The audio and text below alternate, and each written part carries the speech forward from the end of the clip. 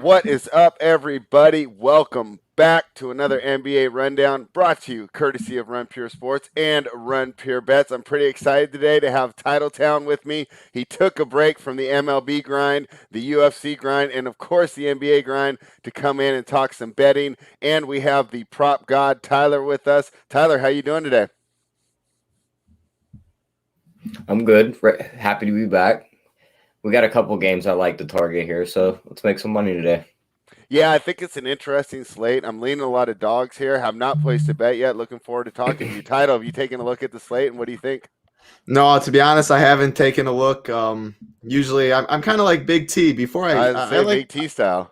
yeah, no, that's how I always am with NBA too. I mean, I watch all the games at night pretty much. We play every day. I just like to look at the injury report, how many games are on the slate. I obviously register for contests the night before, so I see we have a nice 9-game slate on a Thursday, which is very rare.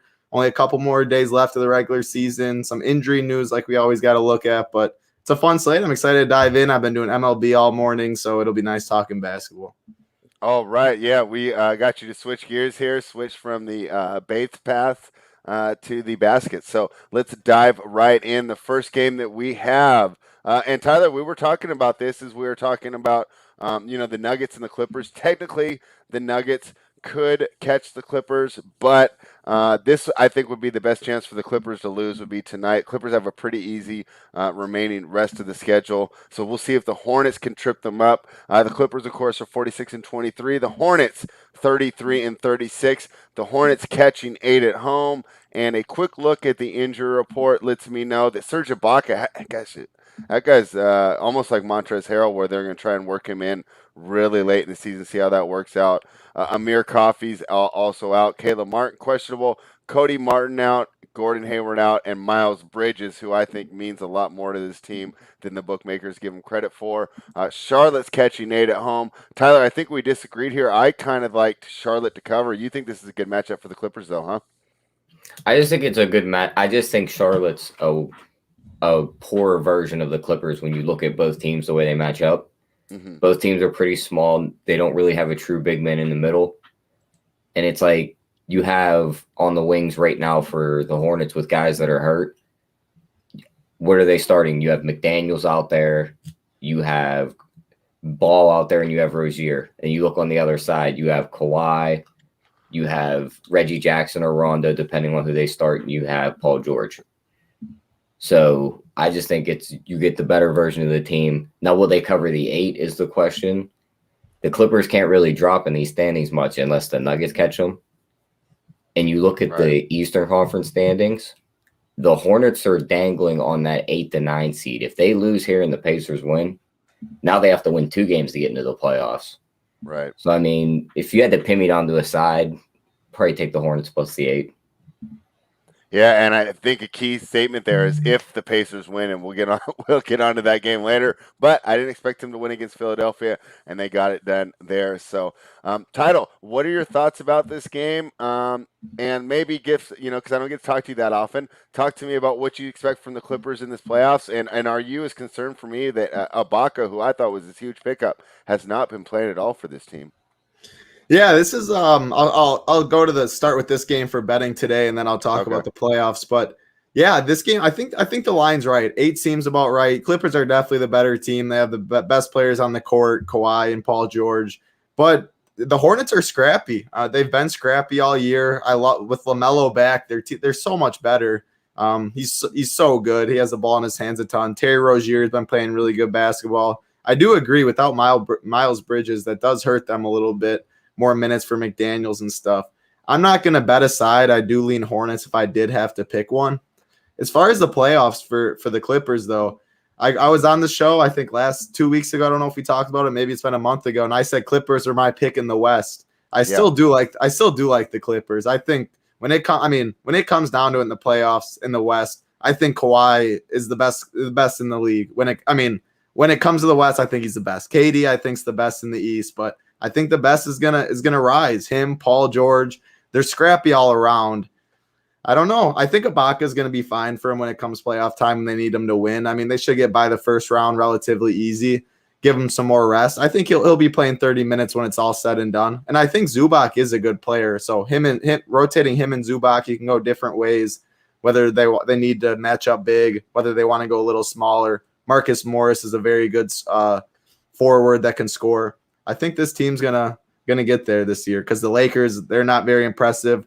Are the Suns in Utah really legit? I don't know. Maybe that's a big question. Some people disagree on. I think it'll be a fun playoffs, but Clippers are still my pick. And if I were to support your pick, the other thing I would say is the addition of Rajon Rondo and Ty Lue. If they can get Paul George out of that ridiculous hero ball that he was playing at the end of the last 5 minutes of the game and keep them in the same offense that they run for the first 43 minutes, right? And I think Rondo especially has the equity, the respect to go ahead and make sure, and talk to Paul George when he switches into that hero ball mode, because that's what really sunk him. And hopefully Rondo and Lou say, hey, this goes through Leonard. PG, you get us there, but Leonard's our Rivera. He's the closer, and we'll see how that works out. I don't mind that look at all, though. It should be quite interesting. Tyler, did you have any props or any look on this total of 221? I'd probably lean under. I mean, this should be more of a defensive game, but at this game, I think there's better spots on the board, so rest of it just a pass. I didn't see any props on the guys that really stuck out to me. Paul George's number was a little high. That would be the one I'd target. Yeah, I mean, the only way I would play that under is if you really thought that the Clippers would blow them out. I think the Hornets keep it close, but if you like laying the 8, maybe the Paul George under is correlated or just a better way to go. Let's jump into the next game, and we talked about them earlier, Tyler, because talking about correlation, right? The Pacers and the Hornets, they are neck and neck between the 8 and the 9 there. The Pacers are going to host your Bucks title. They're getting 8.5, and they're not running out, the big names that we know. So Sumner's out, Jeremy Lamb's out, Malcolm Brogdon's out, Miles Turner, of course, is out, and Aaron Holiday's out, because I'd like to see all 3 Holidays play. That would be a lot of fun. But let's go straight to our Milwaukee Bucks expert. What do you think? Did they cover against the Pacers here? I kind of lean towards taking the 8.5. But a lot of these, I lean towards a lot of dogs here, but I wasn't able to pull the trigger on any of these. What do you think? If I had to pick a side, it would be the Pacers too. Okay. I mean, the Bucks, they're not moving in any of the standings. I don't think they're going to get up to 2 from the Nets. It's not really too big of a difference. They're not going to fall to 4. Giannis hasn't been extended at all. He's only playing pretty much 30 minutes regardless of how the game's going. The Pacers have been scrappy, though. They're still running Sabonis out for all the minutes they can handle. Karis LeVert. I mean, you got to have interest in Sabonis and DFS, too. 39, 38, 43, 41, 37, 43 minutes the past, 6-7 games that I mentioned. So if he's playing garbage time, even with some of the games out of hand a little bit, that 8.5, that's tough to cover when Giannis and some of the starters aren't going to play full run. So that's definitely my lean.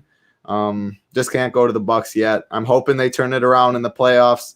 I think they'll be pretty tough out, but I'm still Nets side my playoffs, Nets Clippers. I think I've said that a month ago. It's still that, but I hope my Bucks can get it done. Yeah, well, I'll tell you what, Title, I've been hyping your Bucks up on here as the best value if you were to play a future right now. And my idea here is that I can count on them to be healthy more than I can, especially the Nets and potentially the Sixers, right, who have always had problems with it, whether it be the players actually missing or just Embiid's conditioning, which was a byproduct of the fact that he's constantly injured, so he's not able to do the cardio and keep up with things here. I trust the Bucks to stay healthy. I love this new defense with the addition of PJ Tucker here. I think the Bucks are sneaky to come out of the East, but a lot of this is, of course, contingent on James Harden's hamstring, and you're right. If all 3 of them are healthy, that's going to be a really tough out here. But I think the Bucks got some sneaky value if you're looking to make a wager right now. I think you can make the Nets. It'll like minus 110 or minus 130 there right now. Bucks are plus 700, so like that a lot better. Tyler, what do you think here? Pacers, Bucks. 8.5 here, and my total is 244. How did I not bring that up earlier? 244 for a total. That moved like 6 points. They opened at 238. I mean, looking at this, I kind of lean the Bucks side. I mean, they're 6 for their last 7. They've won. I know they've been beating up on some bad teams lately. Yeah. But, I mean, Indiana's missing a lot of pieces. I think Giannis will give Sabonis a lot of problems down low. Mm-hmm. I mean, outside of that, LeVert's going to have Drew Holiday or Middleton chasing him around. So, I mean, where else is their offense going to come from? That's a good point. If Milwaukee starts to push the pace, and we know Indiana's going to push the pace, they're first in pace over the last 10 games, this could just inflate to where the lead's just 20 points real quick for Milwaukee. So, small lean to the Milwaukee side on this one. I think I would like the first half. I know you pulled that one last time we were on the show. I think first half, and I remember that game. Actually, we won the first half, and then they would have lost the second half. Yep. I think you could do that. I think that's the better spot in this one if you do take the Bucks personally. And Tyler, you did actually make some good points here as we're talking our way through it and thinking about it. I think that the LeVert Sabonis has emerged as what they're going to build around, right? It's been a fantastic offensive dynamic duo. They work really well together in the pick and roll. And I think that that's got some great potential here. But if I were to have someone to stop it, right, Drew Holiday would be the perfect guy to slow down LeVert. Then you're putting it all on Sabonis. That could be too much of an offensive load for him to handle. So, boy, some good points here on both sides, and I think I'll be happy to stay away. But we got to address the big number, the 244. Title, what do you think of this number? Would you bet the over? And does this just mean that this is the game that we stack when you're building these lineups tonight? Yeah, well, you said it, opened at 236 and moved up to 244. Is that what you said? It was 238. It was 238, I think, at opener. Yeah, so that's when when you hear something like that, it's like I feel like I missed the boat, and I don't want to hit the under. These two teams are definitely going to run up and down the court, blow it or not, they're going to get their shots up. But I just feel like I missed the boat on that number. I think that's probably right now. So I lean over. If I had to pick one, I'm not going to bet it. For DFS, though, it's tough to target anyone on the Bucks, regardless of the total, just because Giannis's minutes aren't secure. There's better spots that you feel safer with. Their Bucks are pretty healthy, so I'm not going to play Dante or Pat or any of those guys on a 9-game slate. On the Pacers side, though, Sabonis for sure, 10.7K. He's a spend up. He's been low owned recently, but he's been absolutely smashing, playing all the minutes he can handle. I do like him as a spend up, and actually prefer him to Giannis. For similar prices. And you probably never would expect me to say that, but that shows what teams are doing later in the year. And Bud doesn't want to run Giannis out 38, 39 minutes. Sabonis will probably play 38, 39 minutes. I'll take those minutes, the security at this point of the year. Hey, Title, did you see the meltdown between Foster and Goga? And did you have any thoughts on that? I didn't see that. Did you hear about it? No. So this is about a week ago. It was actually against the Kings. What day was this? It would have been last Thursday, probably maybe a week ago. Okay. Bataze misses the box out completely. Harkless gets the follow-up dunk, and Foster screaming at him, you got to box out. This is on you, blah, blah, blah. On the offensive end, McConnell finds Bataze. Bataze hits the wide open three, turns around to Foster, says, sit the F down. Foster's from East Oakland, so he's not playing that. He's running on the court to fight Bataze. Turner and Lamb are holding the assistant coach back. It was wild. And so I thought the whole team was in disarray. I'm getting ready to fade the Pacers. They've actually come back pretty well since I don't know how I missed that. Well, that's definitely a lot of fun from what you just explained. You can't do that as a player. And I think it could have been he's the only 7-footer on the roster that's healthy, but they suspended Foster and not Goga. It was unbelievable. But I was like, they probably just didn't want those Jakar Sampson minutes, right? Based on that story, I think they got the wrong guy.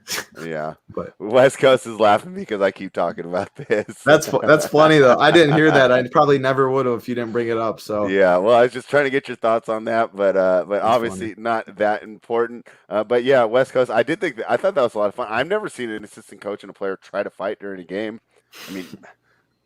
Maybe I really can't remember. So anyone in the chat, let me know when that's happened that I could remember. Let's go ahead and talk about the Orlando Magic, who are 21-48, heading to Atlanta to take on the Hawks. I had talked about it on the show. I kind of done these like playoff projections earlier in the week where I filled out the whole rest of the schedule and then what I thought the standings were going to be. One of the things I didn't expect was for the Hawks to sweep the Wizards there in that 2-game set. I was on the Wizards both nights, cashed both those because they covered the spread, but they didn't get a win, which kind of surprised me. It threw the Wizards back pretty firmly in that 10 spot, and now the Hawks are wide open to maybe get the 4 seed. They're laying 13.5 against the Magic tonight. I lean towards taking the points here. It seems like it's a little too high.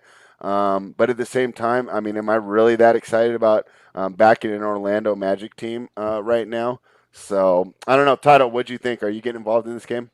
Well, we got news 15 minutes ago. Bogdanovic is questionable. Capella's questionable. Yeah. Gallo's questionable.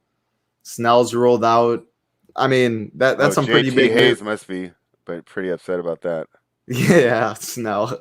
So it's pretty hard to cap it one way or the other. I mean, if Capella's out and Bogdanovic is out, that's two of their better players that I would definitely be on the Magic side. If they're both in, it's a healthy Hawks team that have been looking pretty good. This Magic's team's worthless by now. I would be on the Hawks side then. So too much uncertainty to pull any trigger right now. Tyler, what do you think if I just take this 14 right now and basically I'm rolling the dice that Bogdanovic sits? Offense, he's so key to their offense. I agree, but this is just one of those spots where how much does Orlando really want to win the game? You know what I mean? Like they could still get blown out, even if it's just John Collins. Yeah, they could be out there just be a John like Collins-led Hawks teams. Yeah, you could just go out there and dominate them. And Trey's still probable playing really good basketball. Yeah. So what do you think about him going in the playoffs? So a lot of people that I talk to, they think that the Hawks are going to be the easiest round one fade, and they don't trust Trey in the playoffs. What do you think, Title? Yeah, I mean, smart teams can pick on him on the defensive end. He's definitely a liability. On the offensive end, if you hedge the pick and roll, you double him up top, you play stingy defense, he causes a lot. He turns the ball over a lot, relies a lot on a 3-point shot. I think they're a pretty easy fade in the playoffs too, depending who they get, obviously. But they're in the four spot right now. Knicks, Hawks, it'd be Hawks. Knicks Heat. Or Heat. Yeah, I mean, I would take Knicks and Heat against them. That's two defensive-minded teams right there. I will say though, Capella, I love Capella. He's a very, very good for this Hawks team. Mm-hmm. Makes him very good, but yeah, I don't know. I'm not a trade guy yet in the playoffs. And that's That's a bad draw for them. Both of those two teams, defensive-minded. That's a tough draw. And Tyler, I apologize. I think I interrupted you before you finished your breakdown of that game because I was so excited to talk about fading Trey in the playoffs. Did you want to finish off with your thoughts on the 13.5 and then maybe also give some thoughts on the Hawks' chances in the playoffs? No, I was pretty much done with that game because all the news. I mean, Title was right. You can't really cap this one. Okay. So, but I mean, I agree. I think Trae Young just gets hunted in the playoffs. I think teams are just going to pick on him on the defensive end. I mean, on the offensive end, we've seen a lot of his game has just been from these foul calls with the free throws. And we all know those don't go in the playoffs. We've seen that with Harden in the past year. Yeah, that was the exact example. I would say, ask James. You can see his offense game come to a halt, too. And then. Yeah. Well, okay, cool. It looks like we're all in line there. They gotta take those dumb fouls where they just jump into the guy like 4 feet. You see them every game. It's awful. I know. It's not I basketball. actually trust the NBA to legislate it out of it. Remember when Steph was doing that rip through and they were giving him the shots? Yeah. And they got rid of it really quick. I hope it's next year. I mean, a whole nother year of that would be awful. These guys are they're jumping way out of their way to get contact and throw a ball up. Yeah, it has to be. Yeah. So hopefully it will. This is one thing we talk bad about Silver. This is one thing where I actually trust him to get it done, Tyler. I think they will legislate that out by next year, and we'll see. With that news, that line has moved to +12 for the Magic. So either people are just betting it, gambling like I think, or it's just a reaction to the move. I'd say probably a little bit of both here. Let's talk about a game that, Tyler, I know you have strong feelings about this one because it's your favorite team. Congratulations, Tyler. Qualifying for the playoffs last night. New York is lit. They're having heck of fun down there. What are you thinking about this game against the San Antonio Spurs? Lane 5 on a back-to-back. What do you think, Tyler? I mean, I think you roll with them again tonight. I mean, they're Very still awesome fighting for ATS. Yep, they're still fighting for home court advantage in the East. Now, I know they don't hold a lot of those tiebreakers, but they do hold it with the Hawks. So all they need is for the Heat to slip up, and they could jump right back into that 4 seed. And I mean, the Spurs on their last 2 back-to-backs have lost their games by 11 and 22. So, I mean, I love the Knicks here, and both these teams are built pretty much the same. The Spurs don't shoot many threes, and we get a defensive-minded Knicks team. And I don't think Jakob Hurtle has a very good chance at guarding Randall tonight. So he should be able to feast on them down low.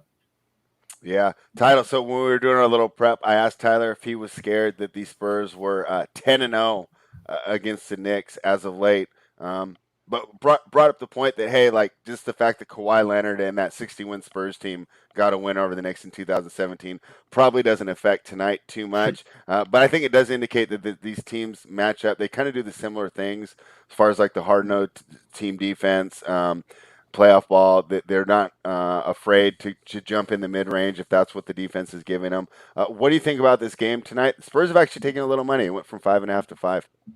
Yeah, I'm with Tyler. I think this Knicks, they're just going to keep rolling. They're playing really good team ball. Thibodeau, I mean, everyone knows their role. They've had a very steady, pretty healthy season where they know their role on the team. They know their rotations. Just a good Knicks team. And this Spurs team, I've been fading a good amount this year.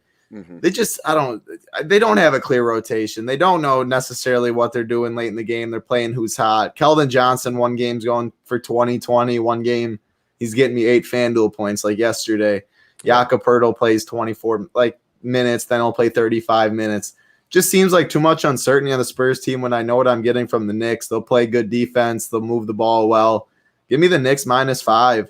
I do want to ask Tyler, though, because this really tilts me about Thibodeau on a DFS side, I guess, mainly. But in real life, I think, too, why is Reggie Bullock playing 45 minutes for this team? Because he's one of the only spot-up three-point shooters they have on their roster. So you think that's a plus DB call? They have to spread the floor somehow.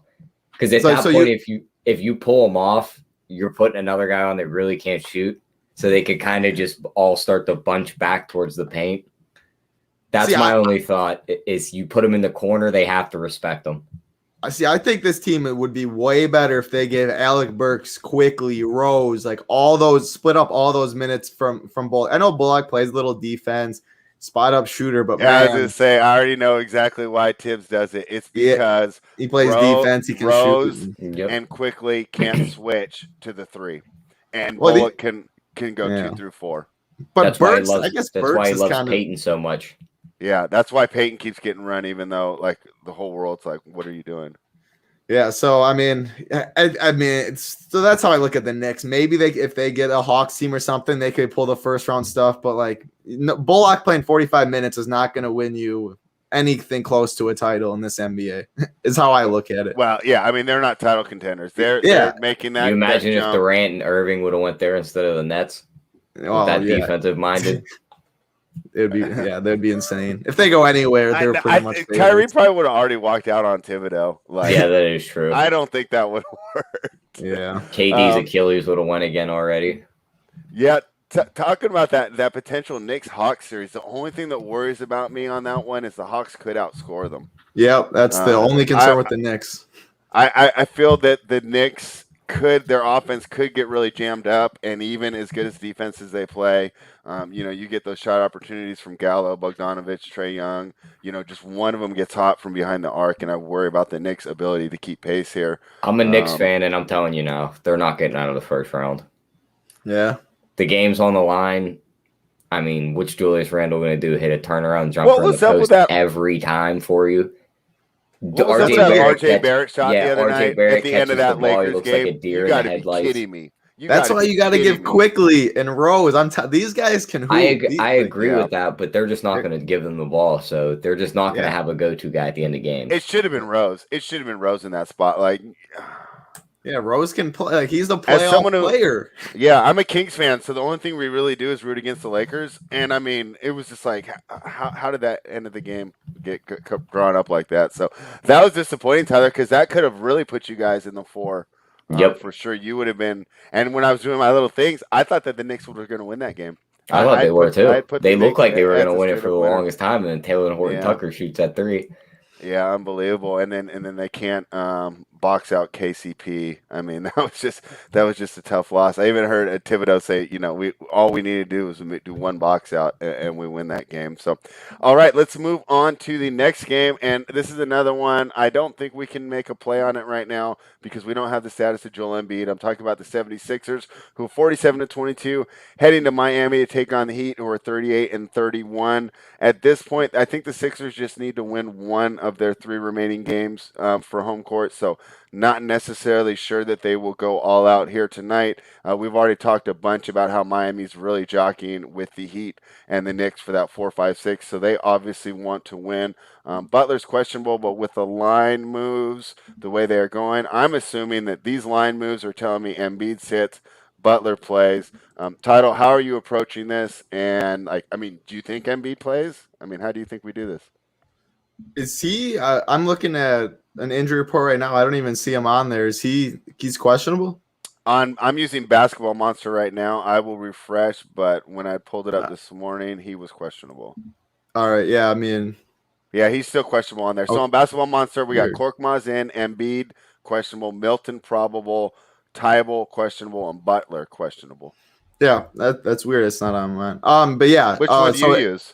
I'm just on Roto Grinders injury report. Oh, okay, cool. So, yeah. All right. So if Embiid and Butler are questionable, it's pretty much impossible to cap it. That's the 2 main players on both teams. Mm-hmm. Jimmy Butler, he got poked in the eye by Smart. He stayed in to end the second half, then he never came back out. Said he had trouble seeing. Eye injuries, you never know, but that was 2 days ago. Hopefully he can see now. Were you about to say something, Spread? Just that they didn't need him to come back, and they just kicked the Celtics' butt without him, because I was on the Heat that game, and Tyler and I are messaging.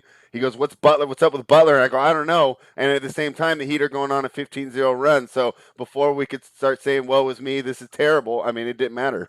Here, yeah, it mattered for my DFS lines with Jimmy Butler, unfortunately. But Tyler Hero finally looked back to his normal self. Duncan Robinson doing Duncan Robinson things. It's a tough Heat team for sure, but I don't know. I can't cap it with Butler and Embiid questionable. Let's assume that Embiid plays. Would you like Philly here? Because I would. If Butler's in, though, this Miami team, I'm not sure. Why I'm down on Philly is I just really don't think they can do anything with Ben Simmons leading the way. I think Ben Simmons is a bad basketball player. He hurts your team. Man, it's like having JSU on again. Oh, he is. Yeah. Yeah, I don't think he's good at basketball. And that's why I don't think this Philly team can go anywhere with him leading it. They'll focus on Embiid. So if Jimmy's in, I would be on this Heat team, actually. Okay, well, Title, I would say that if you think that, I would go ahead and play the Heat right now because you can only get good news. If Jimmy's out, knowing Jimmy Butler, do you really think that he'll sit? Well, that's what I thought in the second half. Like he stayed in, and I was like, oh, because he literally stayed in. I was like, there's no way Jimmy. These as tough as they come. An eye injury though, you never know. Like if you can't see, you can't see. Yeah, but I don't know how it is. Yeah, I guess it's true. Maybe I have a little too much gamble in my bones today. Tyler, what do you think about this game here, and how are you approaching it? And let's say that Embiid and Butler both play. Like, who would you like in this game? Small lean to the Miami side, but okay. You guys both like Miami. I love it. This is great. I'm not taking a side in this game. Okay. I'm going to go with the over 217.5. Oh yeah, let us know why. We've talked about riding trains in the NBA lately. Miami's 10-0 to the over in their last 10. I like it. The last 3 between these two, they're averaging 248 combined points. Yes, one of those games went to overtime. Miami's last 3 games, they're averaging 245 points too. In Philly's last 3, they're averaging 216, and those games were Indiana, Houston, and Chicago. So now they're getting a step up in competition, so you expect more points here. I love the over spot here. Hey, and that's fantastic, right? I think that you've found the best spot if you're going to go for a side or total. That's probably the best one. So yeah, now I'm looking at the Roto Grind. It has them as doubtful on mine and not questionable. That's why I missed Embiid? it. So, yeah, but I don't know what's right. I don't think he's playing. That's why I almost just wanted to hit Miami -2 right now, because I think that if he's out, this team is not. I think they go from being like a top team in the East to like a Charlotte Hornets, Indiana Yeah, they'd be Pacers, down right? like playing in that Like playing game. they're cool, yeah, right, but they're not anything I'm worried That's about. about it. Yeah. I think Yeah. I'm So happy. I don't know the for sure what's confirmed. That's weird. We have different injury reports, but we both lean Heat. Heat. It sounds like -2. If Embiid is doubtful, I'm definitely Heat -2, hoping Jimmy plays. If not, we saw what they could do last game, and they're a good, solid team all around. Well coached. Yeah, and maybe that's the 10:30 injury report that's hitting your screen. Yeah, I have no clue. I was doing Right baseball now. before this. I have no clue. I love that you're just working so hard grinding multiple sports. All right, I'm gonna hit that -2 right now, just on the idea that if Embiid I'll hit it too. rolling. Yeah, let me pull it up. And I'll hit the over. -2. Yeah, definitely hit the over. That's a great call there by Tyler. All right, well, hey, favorite in the over. Where else can you go find these type of picks? Let's go on to the next game. The Sacramento Kings. Tyler, what do you think? Does my home team? Oh, he left. Tyler, he's back now. Sacramento Kings. Does my home team have a chance against the Memphis Grizzlies? They're catching 8. But what's going on? De'Aaron Fox still out with COVID. Buddy Hield probable. I don't even think Hield helps you win. The one that I hate so much is Harrison Barnes being doubtful.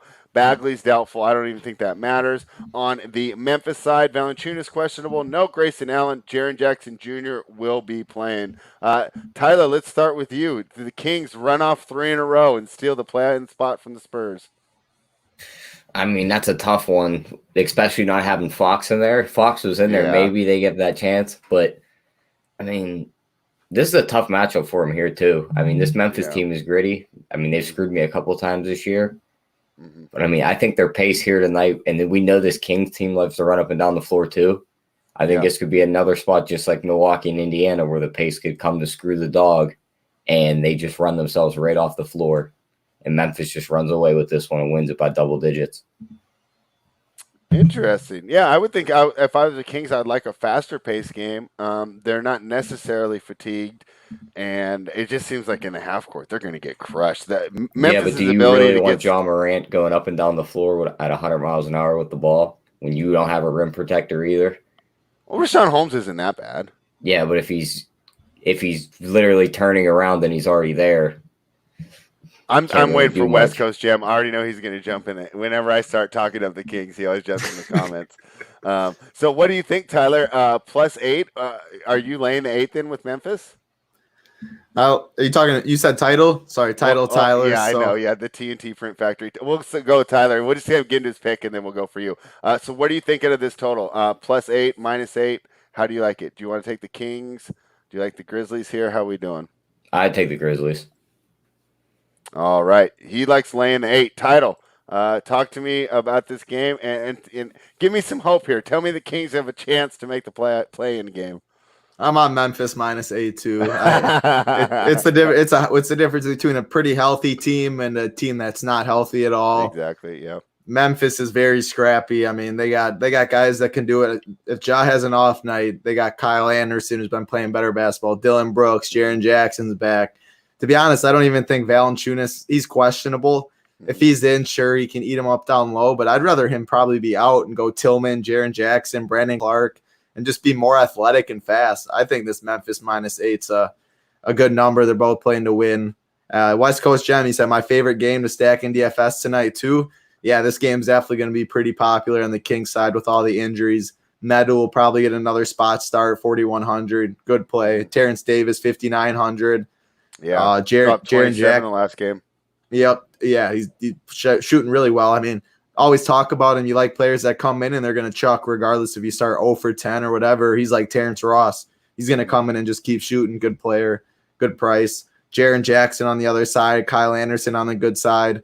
Just a good price game in DFS too. Should be a high-paced game. I'm on Memphis -8, and we'll have some exposure.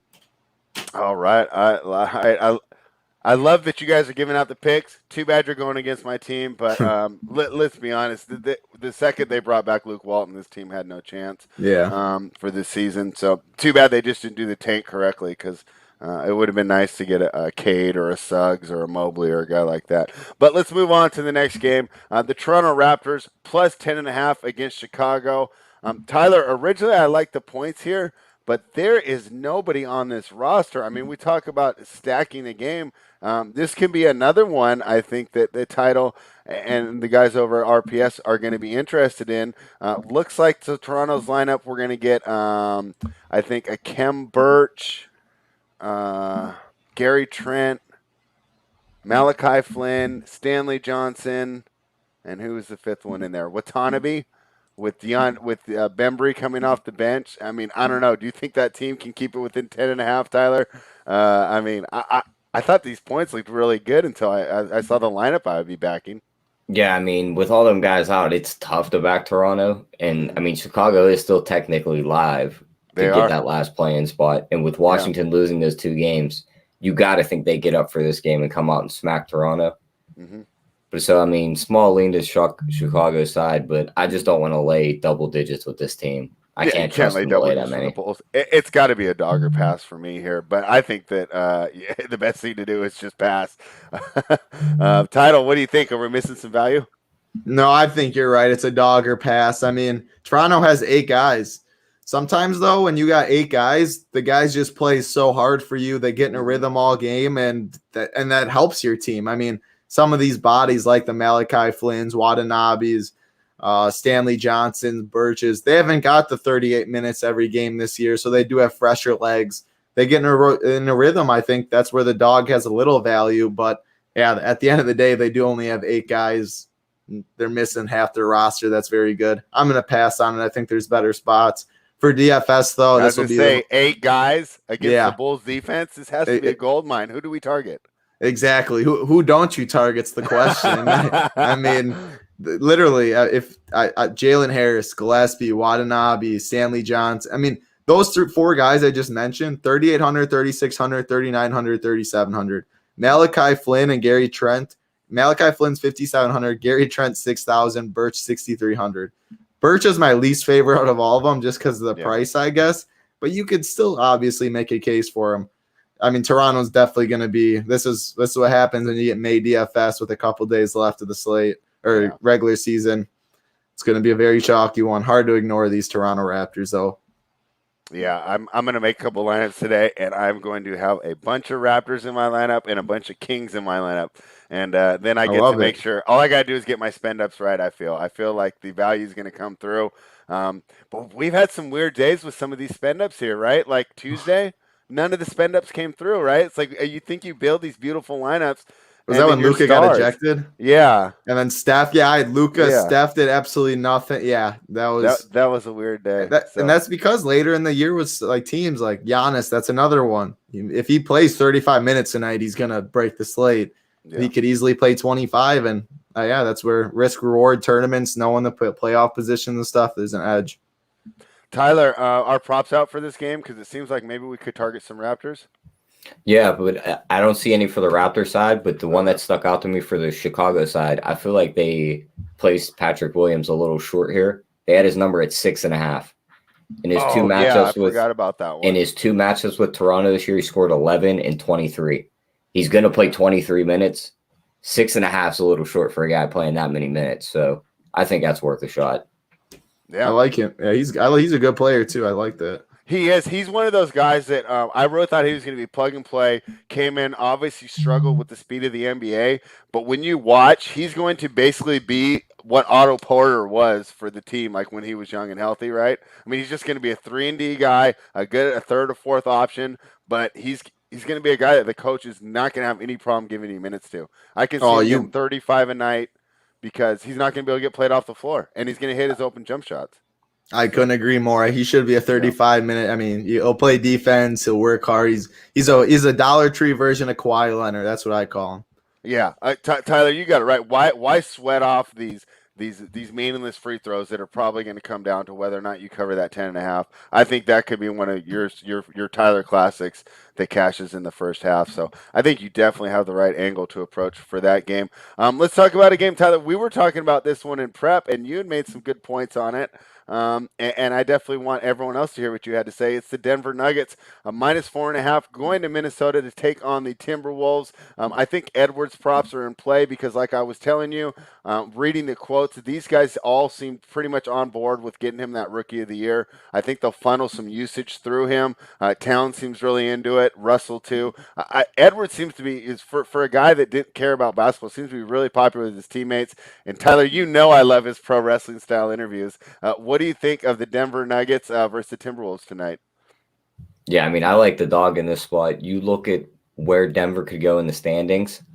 They would really need the Clippers to slip up with this easy schedule they had to finish for them to jump to the 3 seed. Yeah. And there's no chance they drop any farther, so they literally have nothing left to play for. I don't think you get much of an effort out of them for the rest of the year. Jokic has the MVP locked up. He could sit the last 3 games. He'll still win it. So we've seen Minnesota trying to build this winning culture. You said they're trying to get Edwards the Rookie of the Year. Give me the points here. I'd even sprinkle the money line. I think they could definitely win this game. And Tyler, I could make an argument that the Nuggets don't want the 3 seed, right? Yeah. Wouldn't you rather? If you're on, I was looking at today, it's like 1, 4, 5, 8. You can miss both LA teams in Phoenix. Yep. If you're on that side of the bracket, right? Yeah. So I mean, they could be in the perfect spot to still make the conference finals and even the finals. Yeah, I think you do make some good points here. Title, are we missing anything here, or do you like the Timberwolves here too? Yeah, I think it's a dog situation as well. I mean, this Timberwolves team is playing pretty good. They're healthy, pretty much as healthy as they've ever been, which is weird this late in the year. But I think it's +4.5, even money line. I like it. I'm on board for sure. You can go Jokic and DraftKings, though. I mean, he's 11K, but we talk about all his value on Toronto and stuff. Yeah. You feel so safe with Jokic. I know they can't. I mean, they can't fall anymore. I don't know if they're. You never know if they want to move up the spot or not. They're only a game back, so like you don't know what the Clippers are necessarily going to do. If they do want that spot, they're going to run Jokic out. I think normal minutes for a stud on this late in DFS, 11K. I'll take Jokic with all the salary we have to work with, but I'm with you on the dog. All right, well that's awesome, Title, because you gave out the value and then you gave up the spend up too. I can feel some winning lineups coming from the viewers tonight. Let's jump into the next game. Oh, this is the final game of the night. Probably the game with the most exciting playoff implications. Obviously, that's subjective. But it's the Portland Trailblazers catching 4.5, going to Phoenix. The Trailblazers, I'm trying to think if they actually need the win. I guess the Lakers could lose out too. But obviously, the Trailblazers and Lakers neck and neck. The Trailblazers got the coveted tiebreak the other night, so the Lakers would have to overtake them. But the Lakers finished fairly easy. Well, the Blazers have to play Phoenix tonight and then Denver on Sunday, I think. So it's going to be a tough end of the season here for the Blazers. They're catching 4.5, but they seem to have a lot more motivation. Phoenix technically can get number 1, but it will require Utah to lose to the Thunder and the Kings. Doesn't seem very likely, so I think that Phoenix will probably approach this as if they're already locked into the number 2 seed. And I think technically the Clippers can catch Phoenix, but I'd have to double check that. While I do that, Title, why don't you break down this game for me? Blazers +4.5. Give me all the Blazers +4.5 in this spot. 9, they've won 9 of their last 10. Blazers team's finally really healthy. I was very high on them in the beginning of this year. K Falk and I actually hit them to win the ship at, I think it was like +5,000 or something like that. And this is finally the team that I'm expecting to see. Dame and McCollum are obviously, I mean, that's the best backcourt in the league on any given day. With obviously Westbrook, Beal, you can make arguments, but they're for sure up there, playing very good. And the Suns team, like you said, I don't think they're getting up to the 1 seed. I think they realize they're probably not going to get up to the 1 seed. I just don't think. I think at this time of the year, 4.5. This should be more like a pick 'em. I think between these two teams. So give me the Blazers. I think there's a lot of value on that side. I even like the money line. So Blazers, let's go. And I'm curious. I want to hear what you guys think about what the Blazers could do in this playoffs too in the West. Obviously, I did make my future. I'm high on this team. I'm a little biased. Norman Powell, I did get lucky at the trade deadline, but. Mm-hmm. What do you guys think of them? Yeah, Tyler, why don't you go ahead? I'm still trying to figure out all these scenarios here. I do think that LA's got the tiebreak, so the Clippers technically still could catch Phoenix for 2. Michael Porter Jr. ruled Yeah, out. yeah. Dang it, we So- should have made that bet. Yeah, the Minnesota line's going to move. Probably going to drop to about 2.5. Let's see if I can get in right now. Yeah, I'm trying to get in now. I'm hitting the money line at plus 160 on DraftKings right now. Mine's All down. right, I put mine as processing. All right, quick. So while Tyler's putting that in, to answer your question, Title, I have no idea what to make of this Blazers team. I love the moves they made in the offseason. I thought that they had adequately addressed their defensive deficiencies at the forward spot, but Derek Jones can't find a spot in the rotation. Covington's been excellent, but at this point of his career, and we're seeing this with a lot of players, right? As they get older, I mean, obviously they're still good, but they're just not the same. I'm talking about Leonard, George. As you get older, you become less of an on-ball stopper and more of a team defense guy, right? Where you're better in help situations, right? And that's kind of what we're seeing from Covington right now. He's not that same lockdown guy he was 2 or 3 years ago where you could just put him on the opposing team's the best player. Zach Collins turning into White Greg Oden hasn't been a lot of fun for that team. Enes Kanter, I really don't know what to make of him in the playoffs. He's sneaky effective. Depends on the matchup. Because nobody knows how to box out anymore because usually everybody goes back. So when he's in there grabbing those offensive rebounds, all his opponents are like, wait, what's going on? Like, shouldn't he be running back, like making sure we don't make a three-pointer on the other end? Overall, so, okay, let's see. Portland, let's say they finish 6. They probably lose in the first round. I mean, who's the first round matchup that they would win? Denver? Well, I don't think they can beat Denver. I think they could beat Denver. See, I'm really without Jamal. See, I think I mean that's why I bet them. I think this team legit can beat anyone in the NBA. I know I might sound dumb saying that, but we haven't seen this team really healthy all year. And Damon McCollum, I mean, those two can get a bucket anytime they need to get a bucket. Right. They have a defensive minded coach. I thought Covington was big. I think Norman Powell was big. I was hoping Rodney Hood would have a bigger impact off the bench. I think Anthony Simons is solid. Nurk is a little dusty. He's a little too slow for me. Cantor the same way, but Nasir Little's been playing. I don't know. Obviously, I'm a little more biased because I made the bet in the beginning of the year, but I just have a lot of stake in that backcourt. Yeah, and I think you're right. They can get a bucket. My worry about that McCollum Lillard is can they get the stop when they need it, right? See, I don't think McCollum's that bad on D. Okay, but then I just don't go to him. But okay, I think where he's bad is being paired with Lillard because it's not even their fault. It's just 2 small guards in the backcourt is so tough for overcome. I mean, like, put Lillard next to Lonzo. Like, come on, guys. Like, give him like a defensive stud, like the way the Clay worked with Steph. You know, a bigger guard that they can go ahead, but he can switch to the point guard if need be. So a lot of the guys in the chat think the Trailblazers could beat Denver. So are you saying that in a first-round matchup, Eve with Denver getting the home court, you think the Trailblazers can do it again like they did 2 years ago when I had like thousands on the Nuggets to win that series and they were like minus 200 and they're up by like 15 in the third quarter and they lost in Game 7? Do you think that can happen again, Title? I mean, I think this Blazers team definitely can. The thing is, Jokic, that's a tough matchup for sure. I don't know what they necessarily do, but I mean, I trust this team. I think they're going to scheme stuff, and I think at the end of the day, that backcourt, if they're on, they're going to take them far, and I think those two show up. I mean, what a difference in backcourts that would be. What do you think, Tyler? Yeah, nobody's stopping Jokic, but I mean, Campazzo's damn sure not stopping Lillard. Yeah, without Jamal, that's just so tough. Lillard would look like Donovan Mitchell in the bubble. So yeah. Yeah, I mean, be out there. I think they'd probably beat him in 60 games. All right. Well, that game we missed it. I didn't get the bet in. Did you guys? It reopened at 2.5.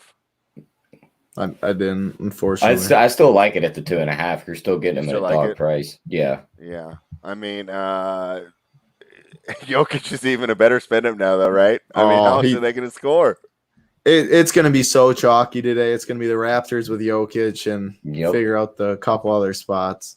Throw a couple Kings in there. I think you're going to win. There you go. So do you still like it at the 2.5 too, Title? Yeah, I do. Without Michael Porter, I wish I jumped on it when we were talking about it. I mean, it made so much sense. We literally said, "What is Denver gonna like?" And then they rest the guy. Yeah, exactly. It was what we had the right idea. I think we still are on the right idea. All right, and all this happened, and then actually the Trailblazers Suns was a game we were working on when that line changed. And you were saying you liked the Blazers, and you gave some good reasons. Tyler, did you give a pick in that game? I did not, but I'm going to take the other side here. Oh, let's hear it. Crossfire. I like it. I just think this is such a bad matchup for Portland. We talked about this backcourt being able to get a bucket. But now we're going to have Mikal Bridges chasing Lillard around because we know they're going to pick that matchup out. Right. That's going to force all the offense through McCollum because we've seen him slow him down before this year. We know Phoenix has Chris Paul, which is going to make this team bring effort. And they've had a bit of a hiccup through these last couple games. You got to think they want to get right here going into the playoffs. And I just think and we've seen Booker cook this team every time because they have nobody on the wings to defend him. Yeah, I think you see him put up 30 plus, and I think they win this game. All right. Yeah, you make some good points. If I were to go ahead and push back, I would say that I think that Lillard can score on Bridges regardless. And I actually think that's where the addition of Powell is so important. Let's say that he was able to shut him down or really hamper him. I like the addition of Powell to be able to absorb some of that and not have it go all straight to CJ. But I think you make some great points, and I have nothing to say on the Booker. I mean, what are they going to put Covington on him? He'll even put Covington at this point in their career. So another thing I like about this Blazers team deep in the playoffs, I don't know if this sounds dumb or people whatever they're gonna say, but Carmelo Anthony still has game. And wow, that's a hot take. It probably is. Is it really a hot take though, Spread? You guys just don't want to respect them. I mean, yeah, people are still. I mean, this guy can flat out still play the game, and he makes teams better. I'm very, very high on him over the public. I think this Blazers team is going to be very tough. I just wish Nurkic was the old Nurkic where he was moving better, or Cantor, because Cantor and Nurkic are pretty much the same player, it feels like. And I actually like Cantor more. I think he can excel in more matchups. Maybe I'm too down on Nurk. I don't know, but I think Carmelo helps him a lot. I think Nurk's still head and shoulders better defensively. I think one-on-one he can defend a lot better, and I trust him more on rotations. Cantor makes some nice plays here and there, but he's late on rotations a lot. And when you're getting cooked like Dame and CJ do a lot, and it's not even like Simmons and Little or Simons are that much better. That's where it really shows up. I do like why I like the plays. I mean, I keep stroking him. Obviously, I like him, but Cantor's really good to have. A team needs someone like Cantor that can come off the bench in certain matchups. Maybe he only plays 10 minutes some games, but he's going to match up with a team in a second unit, and he's just going to get all the offensive rebounds or be able to post up and dominate whoever they're running out and then make the team make subs. And he can give the other coach fits, which you need a guy like that. So, it'll be interesting. Playoffs are fun. Let's go ahead and copy the Rockets. Why are we even running a center? What do you think of running Cove as a small ball center like the Rockets tried last year?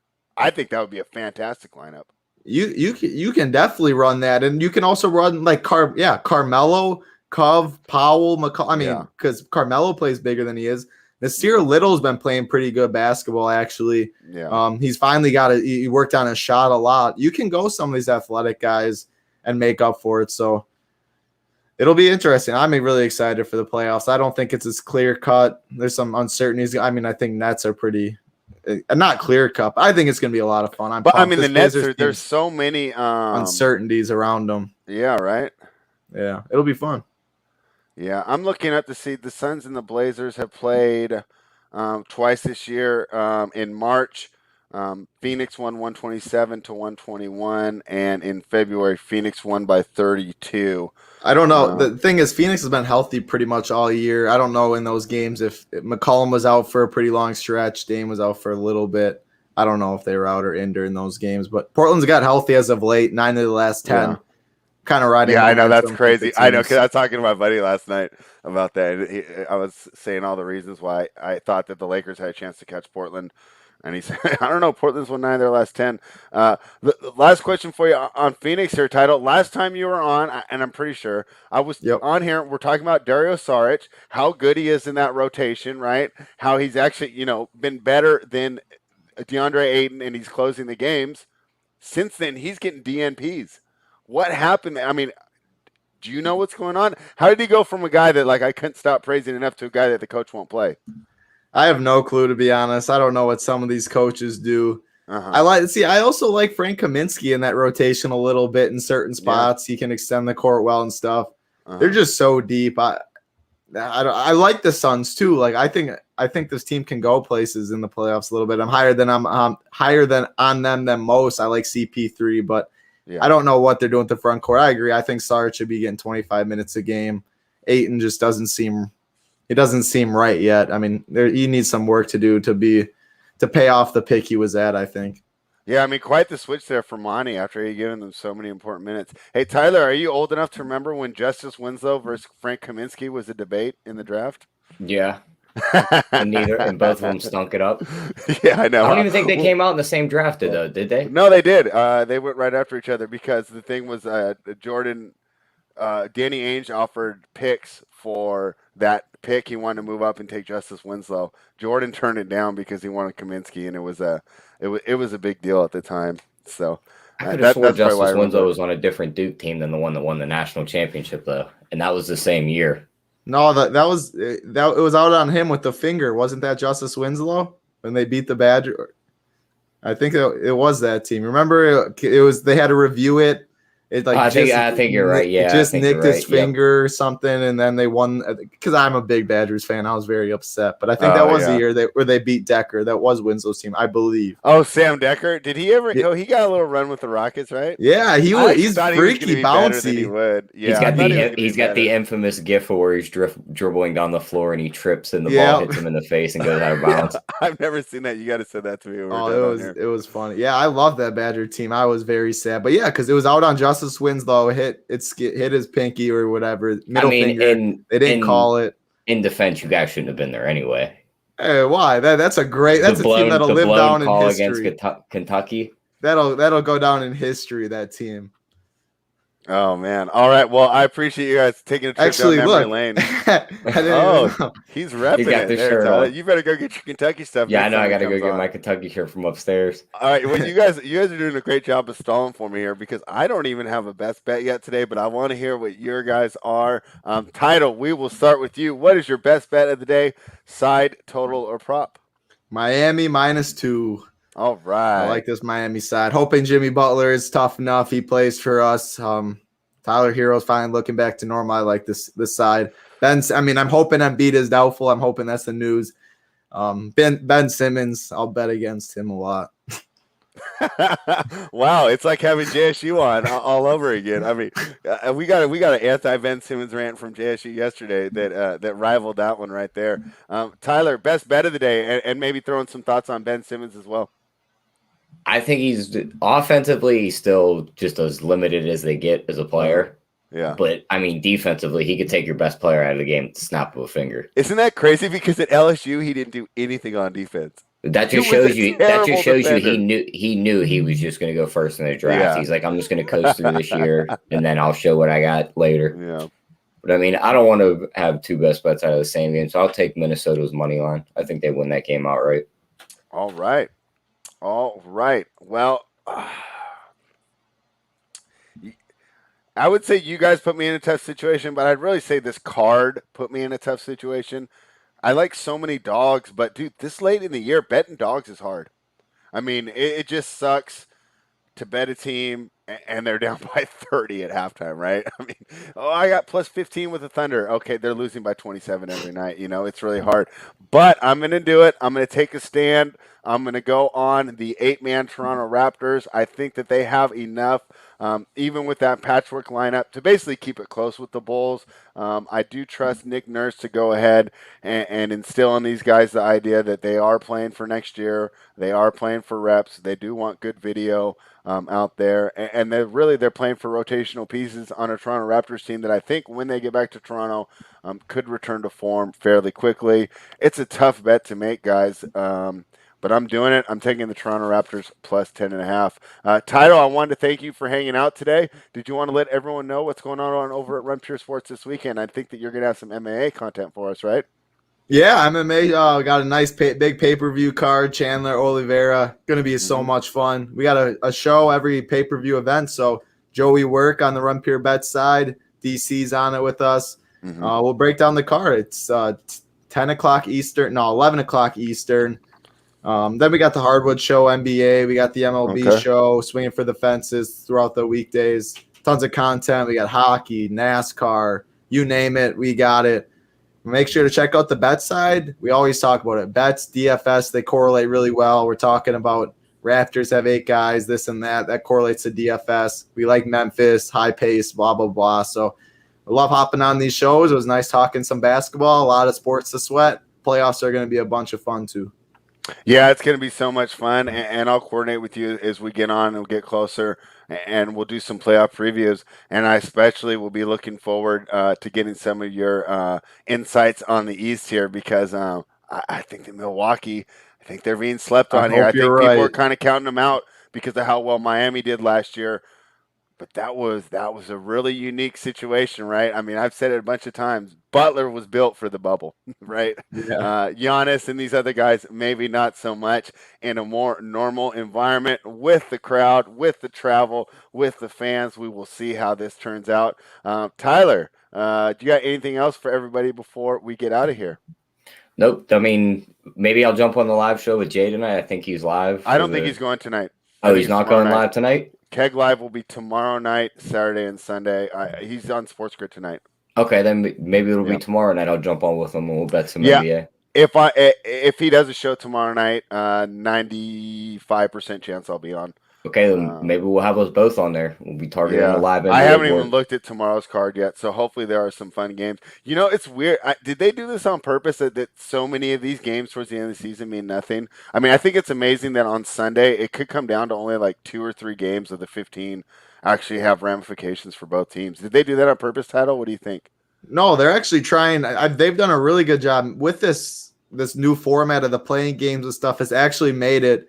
I mean, because usually these ramifications, 2 weeks ago or a week ago, games wouldn't have mattered. There would have been like 3 teams that maybe had tried. It would have been a disaster. I think the NBA, shout out to them. I was skeptical at first, wasn't really sure about this play-in situation. But thinking about it now, I mean, for gambling and DFS-wise, they absolutely crushed it. They've been having multiple teams have multiple things to play for, when usually at this time of the year, it's just a complete disaster. So I think they did a really good job. Obviously, last 2 days of regular season and stuff. I mean, by then some teams have really separated themselves. It just themselves. seems like a lot of our major teams here are just playing against lottery teams. Like the Nets are playing the Cavaliers on Sunday. You mean bad and good. I'm just talking about the very last day. Schedule. That Sunday I thought was just going to be so explosive, and it just, disappointing. Rockets, Hawks, right? Rockets won't be playing anything. Sixers are playing the Magic. It's going to be minus 15. Heat are playing the Pistons. That's going to be a minus 12. Mavericks are playing the T-Wolves. Obviously, we talked about the T-Wolves trying hard, but obviously, it's not a game that means anything to them. Clippers are playing the Thunder. Lakers are playing the Pelicans. I guess they thought that was going to matter. And the Jazz are playing the Kings. So it seems like they put a lot of these 1 seeds against lottery teams. I don't know if that was on purpose or just it just came out randomly as they were trying to do this schedule. But anyways, guys, thanks for hanging out. Tomorrow, Tyler and I will be back with AP. Tyler and I will go solo on Saturday. And then next week we'll be off on Monday because there's no show. And we'll be back on Tuesday. And I think next week we're going to do something like a Tuesday, Thursday, Friday or something, because we can preview all the playing games on the Tuesday morning. Then we'll get the results. We'll re-preview them on Thursday. And then Friday, I'm kind of cooking up a little full playoff preview. It won't just be the normal rundown for the day. We're going to do the whole playoffs. We're going to go over, futures bets, try to get some futures for conference winners, betting individual series, like the plus 200 for the Heat to beat the Bucks or something like that. But that will be the schedule for next week as it gets hammered in, because I got to figure out your guys' schedule, Title, to see when we're going to do I don't even know it. Yeah, I was telling Jace, you hurry up and knock it out next week so I can figure out what day I can get on. But everyone, thanks for hanging out. Enjoy these winners. We've been running hot. I think we're going to do it today. I love the picks that we found. Title, thanks for hanging out. Tyler, of course, always good to talk to you. And I'll see you guys tomorrow. Run pure.